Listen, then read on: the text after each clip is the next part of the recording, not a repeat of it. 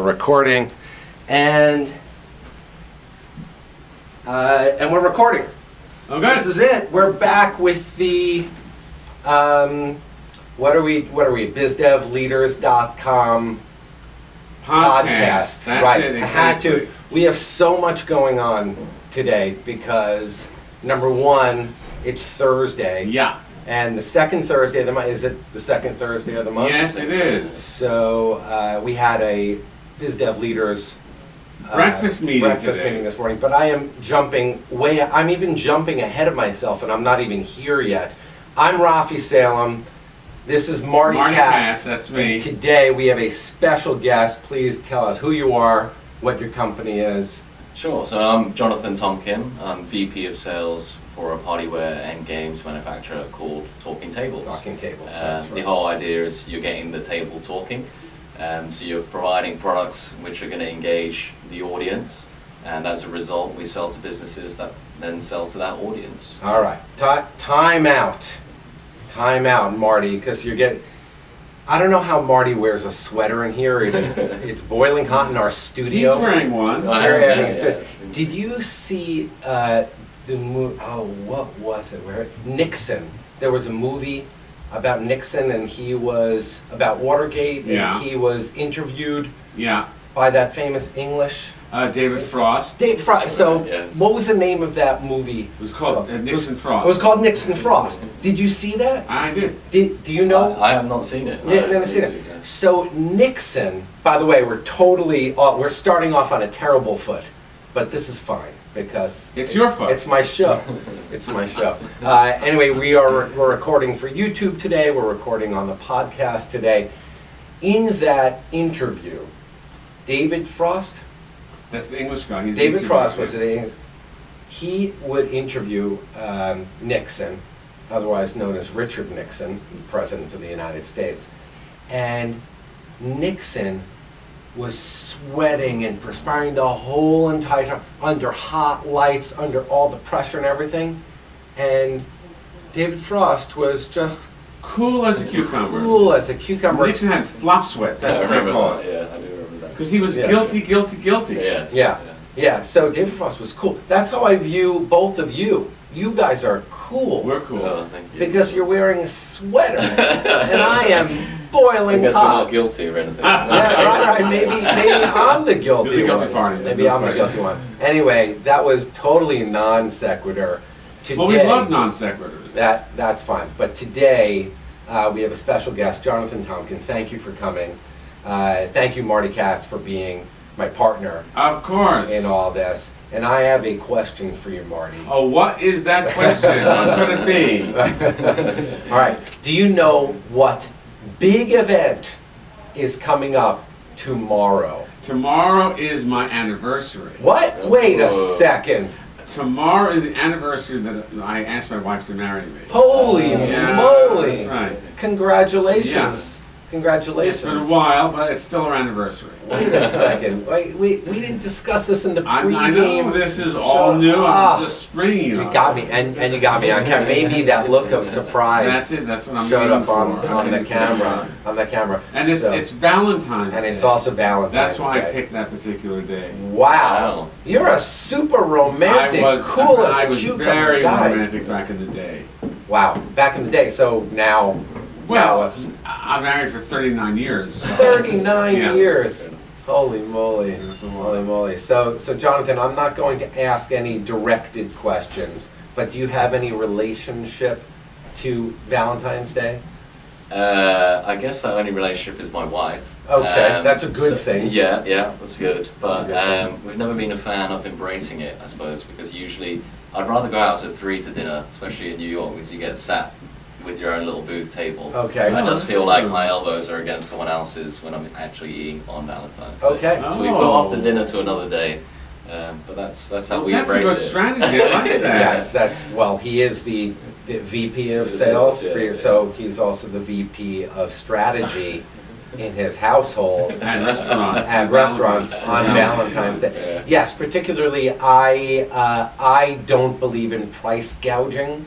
So just as you're not supposed to buy gas when there is a gas shortage, Yeah. you're not supposed to buy flowers on Valentine's Day. Now, I don't work for 1-800-Flowers or any of these other flower companies, so I'm good with that. They're upset. They probably will ban this podcast because I just said that. But why buy flowers tomorrow when it's $40 for a bouquet of roses, is it a bouquet of roses?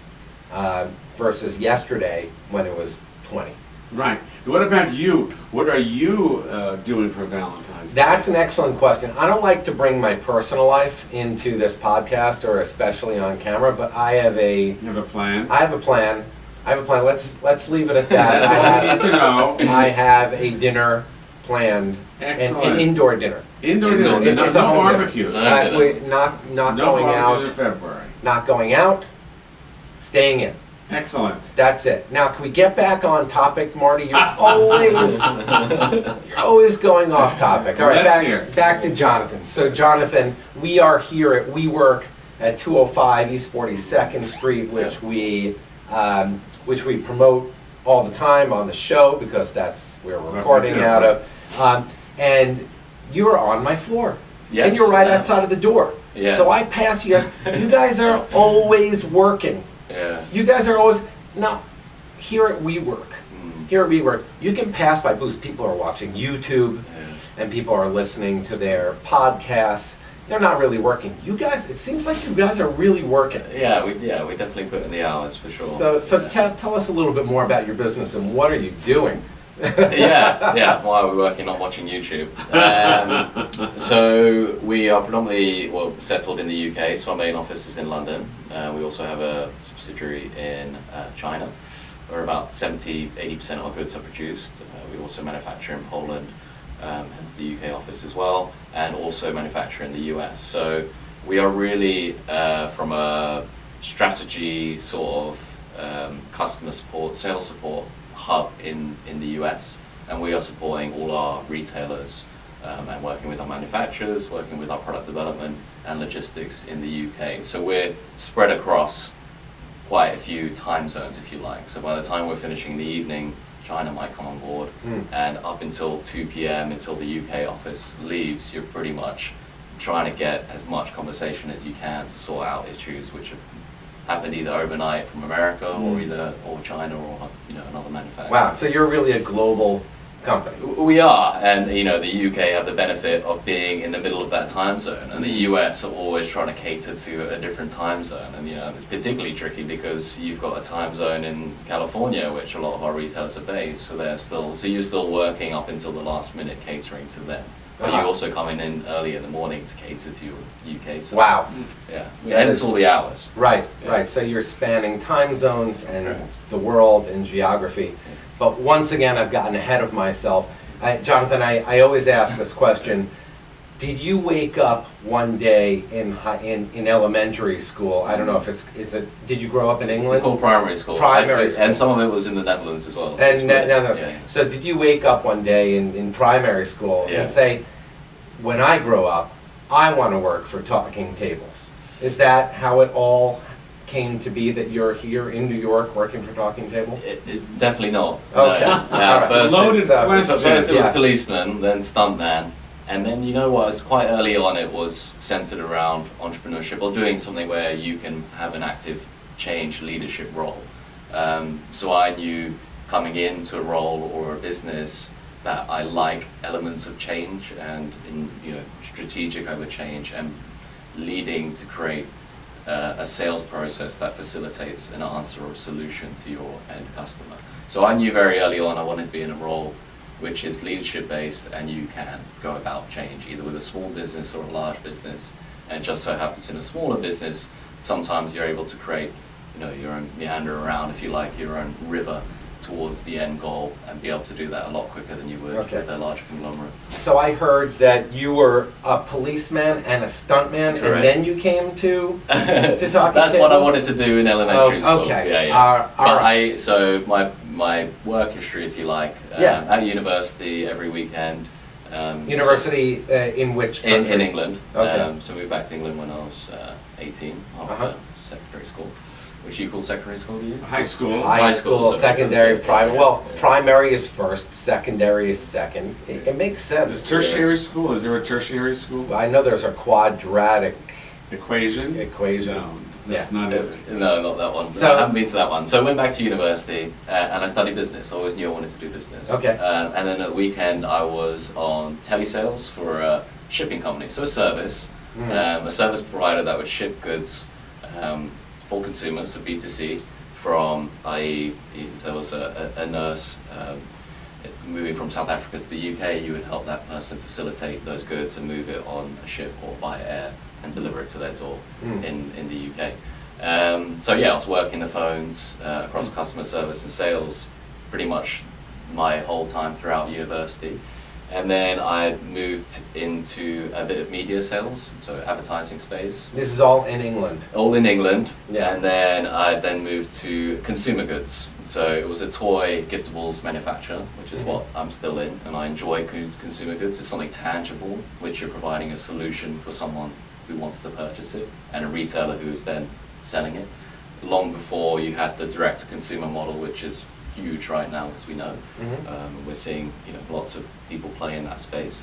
So this was predominantly wholesale and working with retailers, onboarding sales agents, and selling to retailers across the whole of the UK, essentially. And then moved to another gift company and started working with America internationally. And again, finding a space where there was an opportunity to provide goods to retailers, but then selling to consumers. It was 2 years there. And then I went to Newell Brands, which was part of Jardin. They're $8 billion turnover when I joined. And part of that was to help how we can create a digital space with a conglomerate. So a lot of the times you'll find with a large organization, they have this bricks and mortar model, which has been going for so long, but they've got to a point they need to understand the digital side. So it was setting up a strategy across the Amazon platform, the other digital platforms, working with the head office in UK, Germany, France, Yeah. and making sure that was all aligned. I then realized